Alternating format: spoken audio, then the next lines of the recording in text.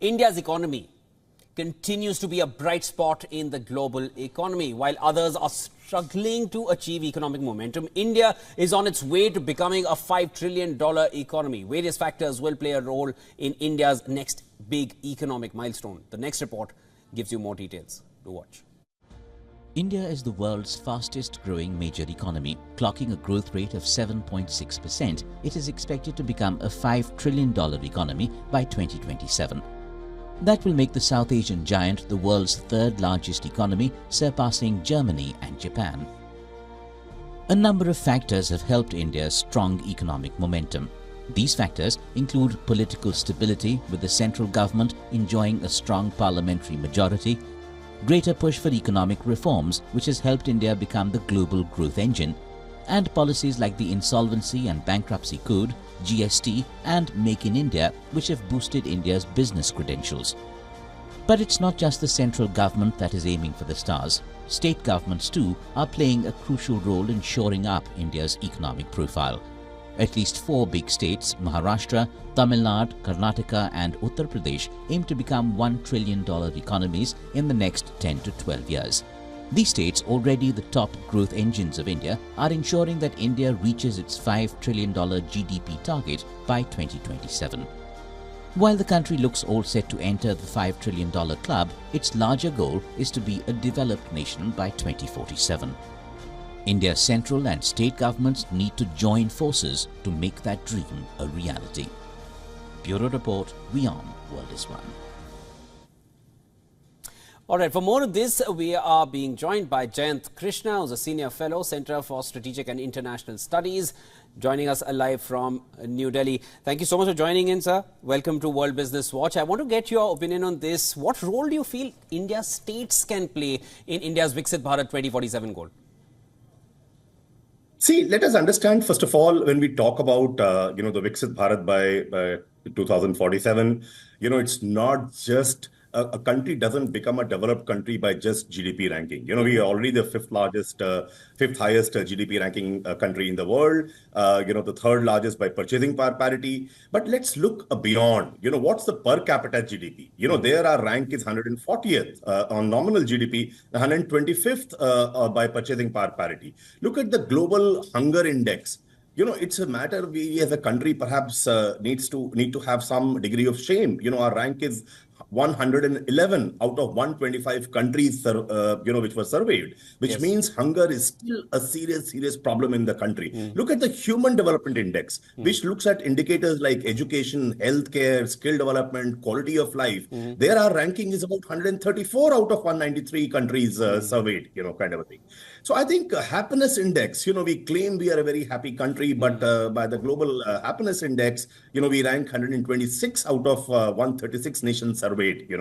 Ease of doing business, while our ranking has improved, but still it's about 63 out of 190 countries. So unless all these parameters move up, Yes. The very dream of becoming a developed country by 2047 would remain a pipe dream. I'm happy that the government of India has embarked upon this mission. Yes. And there is a seriousness with respect to the targets and the dates that they have set in. Yes. So that's a good development. And surely, where does the development happen? It doesn't happen in the federal government, in the central government. It happens in the state government. Absolutely. So unless state march on these parameters, it will remain virtually a very non-achievable kind of a dream. Although in terms of GDP, we may become the third largest much earlier as Yes. well. But the overall development, I think a lot more needs to be done. Mr. Krishna, I wanted to just get your thoughts on this. Now, you mentioned the actual reasons why we are not there yet, but we are targeting it, and 2047 is, we're backtracking from there. We've set the time, we want to reach there. Do you feel there are specific states which can help India get to that target by that time, by that year, 2047? Yeah, so I think some of the top states like Maharashtra, Tamil Nadu, Gujarat, Maharashtra, Tamil Nadu, Gujarat, Uttar Pradesh, Karnataka. I think these are the states to be watched very clearly. I would like to add Andhra and Telangana also to that list. Yes. So I think what would be very other than the development indicators, I think ease of doing business in these states have to go up. Today, you'll be surprised that Andhra ranks number one as per the data released by the Ministry of Commerce and Industry. Andhra is the number one ranked state by way of ease of doing business, followed by Gujarat, followed by Telangana, followed by Haryana, then Karnataka, Punjab, Tamil Nadu, in that sequence.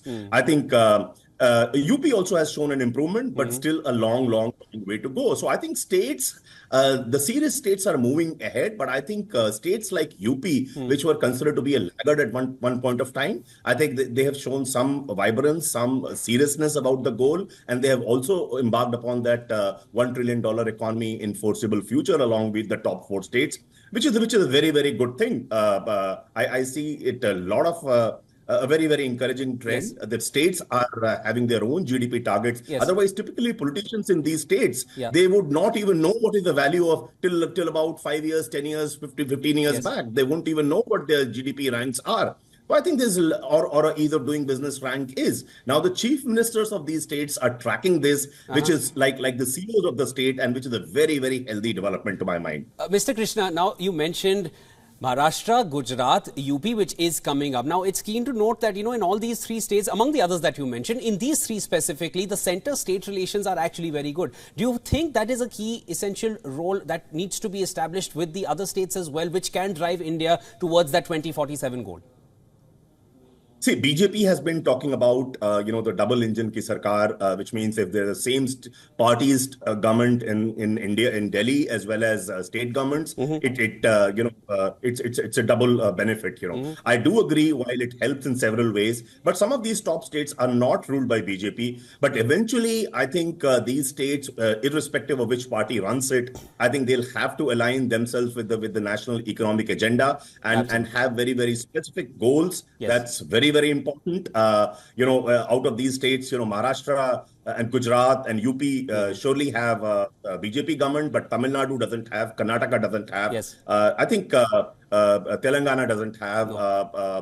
Andhra Pradesh doesn't have. So I think it will be a mix of BJP-ruled states and non-ruled states, and all have to work as partners in progress with the country. And I see that seriousness happening, but again, it needs to be expedited. The more which is done by these states, the more seems to remain to be done. So I think it's a long way to go. While we may surely achieve the GDP ranking, but on all various developmental indicators, I think there's a long way to go. But the good news is there is some seriousness, at least in these top states and some of the laggard states as well. So not party agendas, not state goals, but India's goals need to be kept in mind for India to reach that 2047 goal. Thank you so much for joining in. That was Jayant Krishna joining us from New Delhi. Always a pleasure getting your insights on things, sir.